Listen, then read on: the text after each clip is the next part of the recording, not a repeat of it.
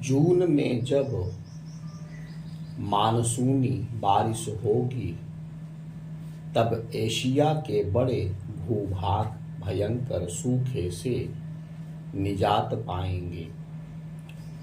उस बारिश से वियतनाम के मैकोंग डेल्टा में रहने वाले लाखों लोगों से लेकर भारत की 1/4 आबादी तक को भारी राहत मिलेगी। यह सूखा पहले ही सैकड़ों लोगों की जान ले चुका है और धान सहित कई दूसरी फसलों को बर्बाद कर चुका है। मौजूदा सूखा एशिया के अधिकांश हिस्से में आने वाले इसी तरह के संकट की एक झलक भी है। इस संकट की जड़ में अंधाधुंध विकास, खतरनाक शहरीकरण, अधिक पानी वाले फसलों की खेती और जीवन शैली में बदलाव है। इस वजह से विश्व के सबसे बड़े और घनी आबादी वाले इस महाद्वीप में प्राकृतिक संसाधनों, पर्यावरण और जलवायु पर खासा दबाव पड़ रहा है।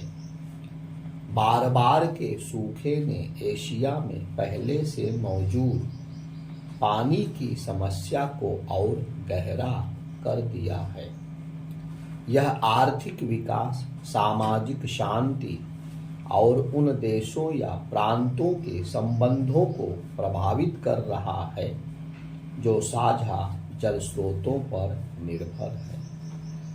भूकंप और चक्रवात से लेकर बाढ़ और औद्योगिक हादसों सहित दूसरे प्राकृतिक और मानव जनित आपदाओं के विपरीत सूखा एक तरह से दबे पांव आता है। संसाधनों के संरक्षण, पारिस्थितिकीय पुनर्निर्माण और टिकाऊ विकास के अभाव में एशिया में सूखे के संकट के रह कर सिर उठाने की आशंका है। एशिया महाद्वीप में वैसे ही संसाधनों का अभाव है। तेज आर्थिक विकास ने इसके प्राकृतिक संसाधनों पर और दबाव बढ़ाया है। प्राकृतिक संसाधनों का अतिदोहन पर्यावरण संकट को भी जन्म दे रहा है। बतौर उदाहरण, दोनों ध्रुवों के बाद तिब्बत का पठार ताजा पानी का दुनिया में सबसे बड़ा भंडार गृह है, लेकिन यह पठार तेजी से गर्म हो रहा है, जिसके चलते एशिया की जलवायु मानसून और ताजा पानी के भंडार के गंभीर रूप से प्रभावित होने का अंदेशा है। बहुत कम लोग जानते हैं कि अफ्रीका के बजाय एशिया में पानी की उपलब्धता कम है। अंतर्राष्ट्रीय स्तर पर प्रति वर्ष 1700 घनमीटर से कम प्रति व्यक्ति पानी की उपलब्धता के आधार पर पानी की किल्लत को परिभाषित किया जाता है। एशिया में दूसरे महाद्वीपों की तुलना में प्रति व्यक्ति ताजा जल की उपलब्धता पहले से ही कम है और वह प्रदूषित भी है। भले ही जल संकट को अभी कम महत्व दिया जा रहा हो, लेकिन आने वाले दिनों में यह एशिया में झगड़े का कारण बनेगा। एशिया की अधिकांश महत्वपूर्ण नदियां विभिन्न देशों की सीमाओं को पार करती हैं। अधिकांश एशियाई देश पानी के लिए दूसरे देशों की सीमाओं से आने वाली नदियों पर निर्भर हैं। हालांकि चीन इसका अपवाद है। उसका तिब्बत के पठार पर नियंत्रण होने के कारण वह एशिया में जल प्रवाह को नियंत्रित करता है। यह निर्भरता बांग्लादेश और वियतनाम जैसे देशों में ज़्यादा है। ये देश अंतर्राष्ट्रीय नदियों से काफ़ी दूर स्थित हैं। इस पृष्ठभूमि में अंतर्राष्ट्रीय और अंतर्राज्यीय स्तर पर जल विवाद सामान्य बात हो गई है। एशिया में दुनिया में सबसे ज़्यादा बांध हैं, लेकिन वे सबसे अधिक चीन में हैं। दुनिया के आधे से अधिक बांध यहीं बने हैं। इनके चलते चीन सूखे के समय पानी का पर्याप्त भंडारण करने में समर्थ है। बांधों की अधिकता के कारण चीन में नदियों का स्वाभाविक प्रवाह बाधित हुआ है। मरणासन्न हो चुकी पीली नदी इसका सबूत है। चीन द्वारा मेकोंग नदी पर 6 बांध निर्मित करने से यह समस्या पैदा हुई है। दक्षिण पूर्व एशिया में सूखे का वर्तमान संकट बढ़ाने में भी इसकी भूमिका है। एशिया में सूखा और पर्यावरण तथा जलवायु में परिवर्तन के लिए निम्न जल स्तर और वनों की कटाई जैसे दूसरे कारक भी जिम्मेदार हैं। हिमालय और तिब्बत क्षेत्र में वनों की कटाई सबसे ज़्यादा है, जहां से एशिया की बड़ी बड़ी नदियां निकलती हैं। वनों की कटाई से पर्यावरण अस्थिर होता है। इससे न केवल सूखे और बाढ़ की आवृत्ति बढ़ती है, बल्कि उनसे उपजे संकट भी बड़े होते हैं। दलदल की पहचान जल भंडारण के प्राकृतिक स्रोत के रूप में है, लेकिन जैसे जैसे ये खत्म हो रहे हैं, वैसे वैसे बाढ़ और सूखा जैसी आपदाएं बढ़ रही हैं। जितना हम भूजल का दोहन कर रहे हैं, उतना प्राकृतिक रूप से रिचार्ज नहीं हो पाने से एशिया के अधिकांश हिस्से में जल स्तर भयावह रूप से नीचे गिर रहा है।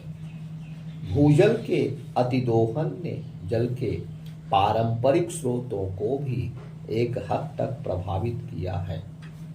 इससे भी सूखे की तीव्रता बढ़ी है। हाल के समय में उत्तरी चीन, मध्य एशिया सहित अन्य क्षेत्रों में सिंचाई परियोजनाओं ने कृषि उत्पादों में भारी वृद्धि तो की है, लेकिन इसकी कीमत पर्यावरण को चुकानी पड़ रही है। इससे शुष्क क्षेत्र और शुष्क होते जा रहे हैं।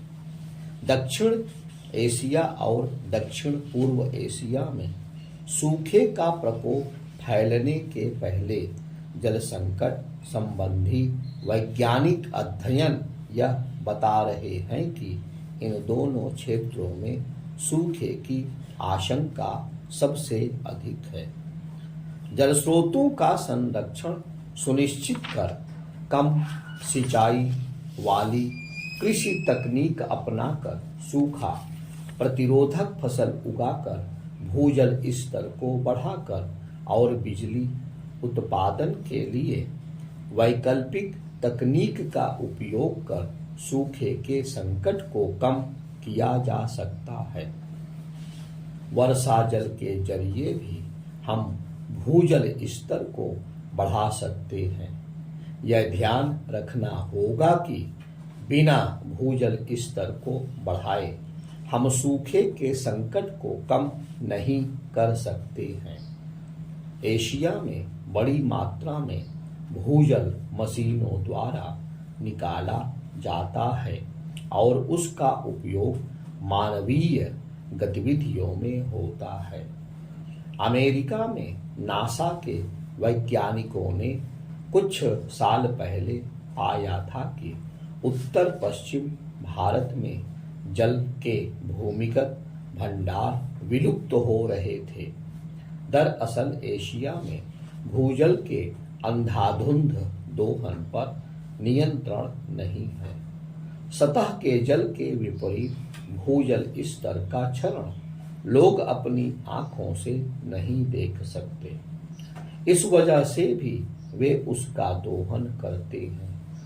सतह के जल और भूजल एक दूसरे से जुड़े होते हैं।